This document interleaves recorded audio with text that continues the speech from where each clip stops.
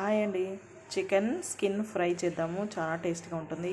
దీనికి ఏం అవసరం లేదు. సాల్ట్, ఇంత కారం ఉంటే చాలండి. ఆయిల్ కూడా అవసరం లేదు, ఎందుకంటే ముందే స్కిన్కి కొద్దిగా ఆయిల్ ఉంటుంది కదా, కాబట్టి ఏం అవసరం లేదు. ఎప్పుడైనా అలా తినొచ్చు, కానీ ఎక్కువ వద్దు, టేస్ట్ కోసం అంతే.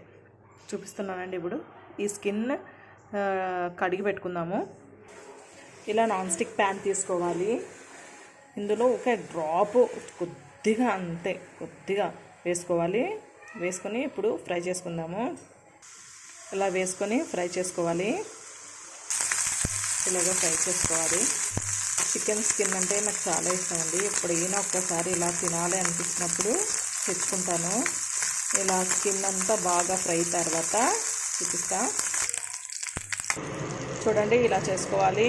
ఇప్పుడు మనం పక్కకు తీసుకుందాం. ఇది ఇలా చికెన్ ఫ్రై అయ్యాక పక్కకు తీసుకొని టేస్ట్ చేద్దాం. ఇప్పుడు chicken skin fry ready. Taste చేద్దాం.